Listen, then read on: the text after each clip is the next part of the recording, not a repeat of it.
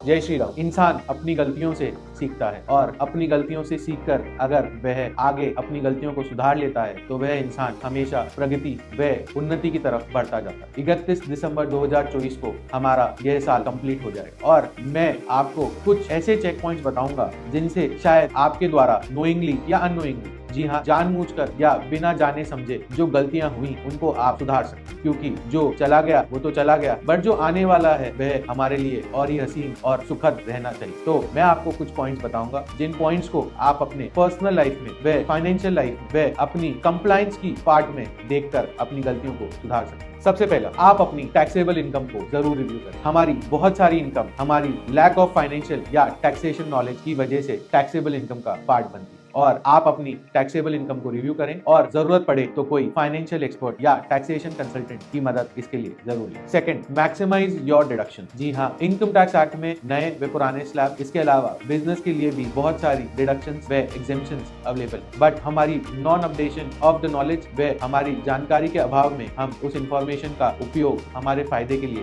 नहीं ले सकते। तो अपनी इंफॉर्मेशन के दायरे को बढ़ाइए जिससे आप इन डिडक्शंस, एग्जेम्पशंस, इन बेनिफिट्स का फायदा ले सकें। Third, planning for your capital gains. आज के जमाने में हम में से एवरी ऑल्टरनेट बंदा shares, mutual fund, futures, options, derivative में ट्रेडिंग कर रहा है। हालांकि मैं यह चीज रेकमेंड तो नहीं कर सकता, बट हमारे पास बहुत सारे ऐसे जने हैं जिनको किसी स्क्रिप्ट में प्रॉफिट है और किसी स्क्रिप्ट में लॉस। टैक्सेबल इनकम में पूरे साल का शॉर्ट टर्म व लॉन्ग टर्म कैपिटल गेन या लॉस ही टैक्सेबल होता है और अगर आपके पास किसी स्क्रिप्ट में लॉस है और किसी स्क्रिप्ट में गेन है तो आप अपनी टैक्सेबल इनकम को रिड्यूस करने के लिए अपनी लॉस वाली स्क्रिप्ट को सेल करके वापस बाय कर सकते हैं। ऐसे छोटे छोटे ट्रांजेक्शन से आप अपनी टैक्सेबल इनकम को मैनेज कर सकते हैं। Fourth, advance tax. अगर आप नॉन सैलरीड पर्सन है, सेल्फ एम्प्लॉयड है या आपकी इनकम के सोर्स पर टीडीएस या टीडीएस टीसीएस के प्रोविजंस नहीं लगते तो आपको अपनी टैक्स लायबिलिटी जो कि सालाना अगर 10,000 रुपए से ज्यादा है तो उसको डिस्चार्ज करने के लिए साल में 4 बार एडवांस टैक्स भरना पड़ेगा। और अगर आप इस साल कोई भी एडवांस टैक्स नहीं भरे हैं तो 15 दिसंबर third installment of advance tax की लास्ट डेट। बट अगर तब तक भी आपने अपना एडवांस टैक्स नहीं भरा है तो मेरा सजेशन है कि 15 मार्च, जी हाँ, फोर्थ इंस्टॉलमेंट से पहले अपनी टैक्स लायबिलिटी निकालकर पूरा एडवांस टैक्स समय पर जरूर भरें। Fifth point, set off losses against income of earlier years. जी हाँ, अगर हमारे पास कुछ पुराने सालों के लॉसेस हैं और उन लॉसेस को हम अभी करंट ईयर की इनकम के अगेंस्ट रखकर आज ही हमारा प्रोविजनल कंप्यूटेशन बनाएं तो हम यह भी आइडेंटिफाई कर सकते हैं कि उन लॉसेस के अगेंस्ट में हम किस इनकम का set off legally as per law claim कर सकते हैं। और इस मैनेजमेंट से आप अपनी टैक्सेबल इनकम को रिड्यूस करके अपनी टैक्स लायबिलिटी को काफी हद तक मैनेज कर पाएंगे। 6 पॉइंट, एचआरए, लीव एनकैशमेंट। जी हाँ, house rent allowance, leave encashment, ये कुछ ऐसी चीजें हैं जो सैलरीड एम्प्लॉयड को अपने एम्प्लॉयमेंट में मिलती है, बट सूचना के अभाव में वह इन चीजों का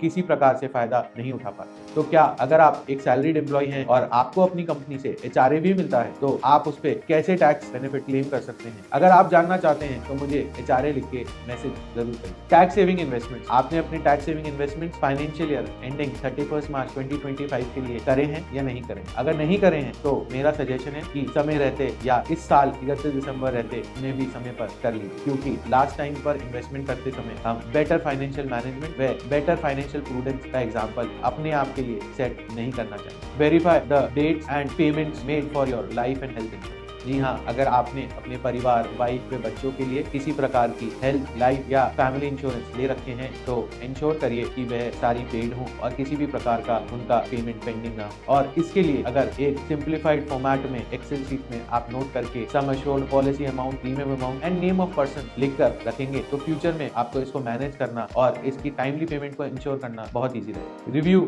mutual fund dividend, review your FDR rates, review your RD rates. जी हाँ, आपकी एफडी, आपकी आरडी, आपके म्यूचुअल फंड के डिविडेंड, आपके म्यूचुअल फंड्स की परफॉर्मेंस, इन सभी पॉइंट्स को आप रिव्यू करिए और अभी देखिए कि वह क्या परफॉर्मेंस दे रहे हैं, क्योंकि इन्वेस्ट करना ही हमारा एक इंपॉर्टेंट एस्पेक्ट नहीं, उस इन्वेस्टमेंट को समय समय पर रिव्यू करना और उसकी परफॉर्मेंस को एनालाइज करना, यह भी इन्वेस्टमेंट का एक बहुत इंपॉर्टेंट एस्पेक्ट। Business expenditure. जी हाँ, हमारे बिजनेस में ऐसे बहुत सारे एक्सपेंडिचर्स होते हैं जो एक्सपेंडिचर्स प्रैक्टिकल लाइफ में करना बहुत जरूरी है, बट समय व इंफॉर्मेशन के अभाव में हम उन एक्सपेंडिचर्स को लीगल या टेक्निकल तरीके से नहीं कर पाते। तो मेरा यह सजेशन उन सभी लोगों के लिए जो लोग ऐसे एक्सपेंडिचर्स या बिजनेस एक्सपेंडिचर्स करते हैं बट उनकी डिडक्शन अपने बिजनेस में क्लेम नहीं कर पा रहे हैं due to shortage of legal documentation और नेसेसरी टीडीएस और TCS provisions which have not been compiled due to shortage of time by them. So अपने बिजनेस में ऐसे सभी एक्सपेंडिचर्स को एक बार रिव्यू करें और उनकी कंप्लायंस करते हुए उन्हें अपने बिजनेस एक्सपेंडिचर में जरूर बुक करें। क्रिटिकल इलनेस और डिसेबिलिटी डिडक्शन, जी हाँ, हम सेक्शन 80U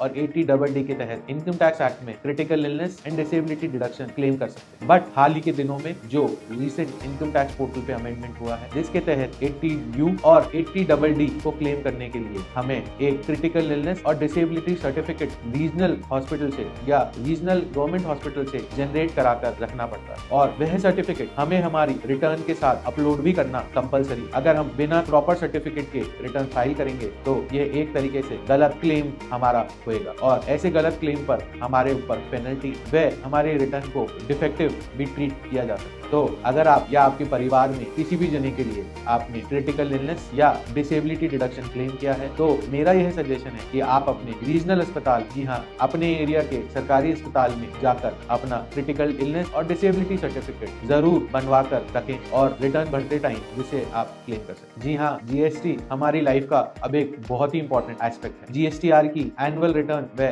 एनुअल ऑडिट तो हमें 31 दिसंबर तक भरनी ही है अगर डेट एक्सटेंड नहीं होती है। बट इसके अलावा हमारे साल भर में जो भी हमारे जीएसटी की परचेजेस व सेल्स हैं हमें एक बार उन्हें भी रिव्यू करना चाहिए और यह चेक करना चाहिए कि क्या जीएसटी क्रेडिट हमें प्रॉपर्ली मिल रहा है या जीएसटी लायबिलिटी जो हमने डिस्चार्ज करी है और हमारे वेंडर्स जो हमारा माल परचेज कर रहे हैं क्या उन्हें भी जीएसटी क्रेडिट प्रॉपर्ली मिल रहा है। क्योंकि जीएसटी में हमारी input liability and output liability दोनों के ही प्लस माइनस डिफरेंस से हमारी liability determine. Fixed assets insurance या हमारे वर्किंग एसेट्स का इंश्योरेंस, जी हाँ, दिसंबर रहते मैं आप सभी से यह भी अनुरोध करूंगा कि आपके जो वर्किंग एसेट्स हैं, चाहे आपके ऑफिस के इक्विपमेंट, चाहे फैक्ट्री की प्लांट एंड मशीनरी, चाहे शेड, उनका स्टॉक इंश्योरेंस या फायर इंश्योरेंस या जो भी तरह का इंश्योरेंस है, अगर आपने नहीं ले रखा है या आपको लेना है या आपने ले रखा है और आपने उसकी प्रीमियम नहीं भरी है तो 31 दिसंबर रहते उनको भी कंप्लायंस पूरी कर लीजिए जिससे आगे कभी खराब समय में हमारे उपयोग के लिए वह चीजें अवेलेबल है। Payment of interest to bank, NBFCs and credit card, जी हाँ, अगर हमने कोई बैंक से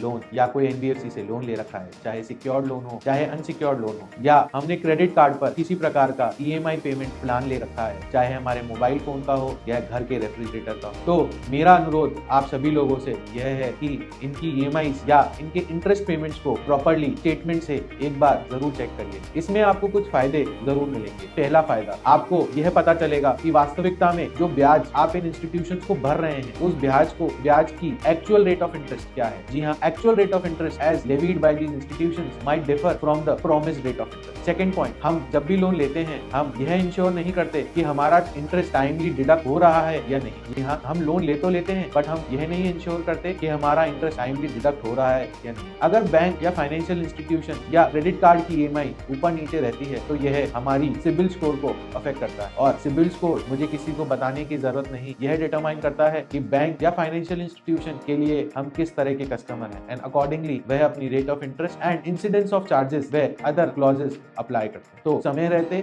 इन चीजों को जरूर देखिए कि आप पर क्या इंटरेस्ट बर्डन है, क्या रेट का इंटरेस्ट बर्डन है और आप क्या एफर्ट कर सकते हैं उस इंटरेस्ट बर्डन को रिड्यूस करने। अगर आप कोई भी असेसी जो जॉब में है प्रेफरेबली, तो आप यह 31 दिसंबर से पहले का समय यह भी यूज में ले सकते हैं कि आपके एनपीएस व ईपीएफ कंट्रीब्यूशन सारे टिल डेट या till the 9 months of the financial year सारे मंथली बेसिस पर या टाइमली डिपॉजिट हो रहे हैं। हाँ, अगर आपकी सैलरी इनकम ज्यादा है और आप उस सैलरी इनकम को प्रॉपर तरीके से इन्वेस्ट भी नहीं कर पा रहे हैं तो एक सिंपल इन्वेस्टमेंट सॉल्यूशन यह भी हो सकता है कि आप अपनी सैलरीड इनकम का 20% तक अपने ईपीएफ में एडिशनली डिपॉजिट करिए, क्योंकि ईपीएफ का इंटरेस्ट अभी भी टैक्स फ्री है। तो आपको नो ब्रेनर एक तरीके से इन्वेस्टमेंट सॉल्यूशन मैं सजेस्ट करूंगा जिसमें आप अपनी टैक्सेबल इनकम का 20% तक ईपीएफ में जरूर जमा कराएं, क्योंकि ईपीएफ का इंटरेस्ट टैक्स फ्री। दूसरा एडवांटेज, अगर एक पॉइंट, अगर आप 20% से ज्यादा भी ईपीएफ में जमा कराना चाहते हैं तो जमा जरूर करा सकते हैं, बट यह जरूर जानिएगा 20% से ज्यादा कंट्रीब्यूशन टुवर्ड्स ईपीएफ आपकी टैक्सेबल इनकम का पार्ट बन जाएगा। डोनेशन, हम सब हमारी लाइफ में किसी ना किसी चैरिटेबल या रिलीजियस एक्टिविटी में जरूर अपने आप को एसोसिएट करना चाहते हैं और हम नोइंगली अननोइंगली कंट्रीब्यूट भी करते हैं, बट हम समय के अभाव होने की वजह से हम उन पेमेंट्स का या उन डिडक्शंस का बेनिफिट हमारी टैक्स लायबिलिटी को रिड्यूस करने के लिए नहीं ले पाते। तो अगर आपने किसी एलिजिबल ऑर्गेनाइजेशन जो कि सेक्शन 80G में रजिस्टर्ड है कोई पेमेंट करा है, तो मेरा सजेशन है कि टाइम रहते आप अपनी रिसिप्ट ऑफ डोनेशन या रिसिप्ट ऑफ डिडक्शन ऑब्टेन कर लीजिए और उससे अपनी कंपाइलेशन में रखिए, जिससे कि रिटर्न भरते समय आप इस डिडक्शन का बेनिफिट जरूर लेंगे। जी हाँ, 31 दिसंबर समय रहते अपनी अपडेटेड रिटर्न, जिसमें अपनी पुरानी रिटर्न की गलतियों को सही करना है, और अगर इस साल की रिटर्न नहीं भरी तो उस रिटर्न को बिलेटेड रिटर्न के तौर पर फाइल करना हो, या अपने फैमिली मेंबर्स और अपने डिपेंडेंट लोगों का पैन आधार की लिंकिंग यह चेक करना हो, या अपनी KYC, जी हाँ, नो योर कस्टमर फॉर्म को अपने बैंक, डीमैट या अपने इन्वेस्टमेंट्स में अपडेट करना हो। यह भी 31 दिसंबर पहले आप छुट्टी में एंजॉय करते करते आराम से कर सकते हैं, और यह छोटे छोटे स्टेप आपको अपने फाइनेंशियल गोल व फाइनेंशियल डिसिप्लिन की तरफ अलाइन करेंगे और 2025 आपके लिए और हसीन और खुशनुमा बनाएंगे। तो इसी शुभकामनाओं के साथ मैं आप सभी को आने वाले नए साल की बधाई व शुभकामनाएं देता हूँ। जय श्री राम।